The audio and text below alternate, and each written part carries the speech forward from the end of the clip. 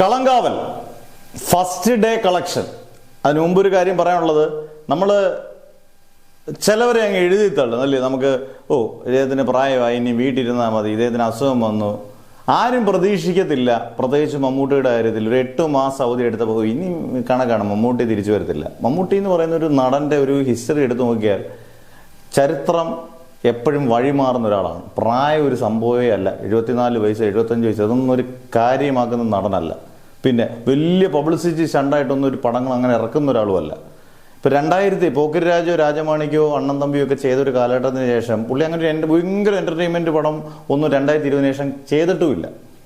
എന്നാൽ പോലും കളങ്കാവൽ എന്ന് പറഞ്ഞ സിനിമയ്ക്ക് പ്രീസെയിലിൽ തന്നെ ഈ വർഷത്തെ 2ാം സ്ഥാനം നേടി.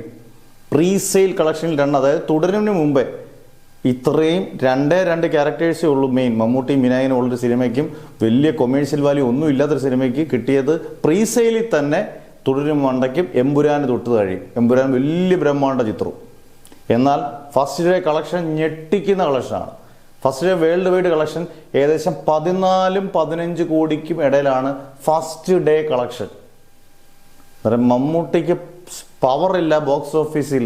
കളങ്കാവൽ പോലെ ഇങ്ങനൊരു ജോണർ ഒരു സിനിമയ്ക്ക് ഇങ്ങനൊരു കളക്ഷൻ കിട്ടണമെന്നുണ്ടെങ്കിൽ അത് മമ്മൂട്ടിയായിരിക്കണം, അതിനകത്ത് സംശയം വേണ്ട. വേറെ ഒരു നടനും ഇങ്ങനെയുള്ളൊരു സിനിമയ്ക്ക് ഇത്രയും കളക്ഷൻ കിട്ടുമെന്ന് എനിക്ക് തോന്നുന്നില്ല. ചിലപ്പം ഭയങ്കര എൻ്റർടൈൻമെൻറ്റ് പടത്തിന് ഭയങ്കരമായ കളക്ഷൻ കിട്ടിയേക്കാം.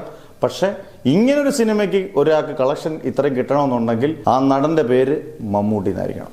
സംശയം വേണ്ട, ഈ കളക്ഷൻ തുടരും. കാരണം ഗംഭീര സിനിമയാണ്. Must watch in theatres.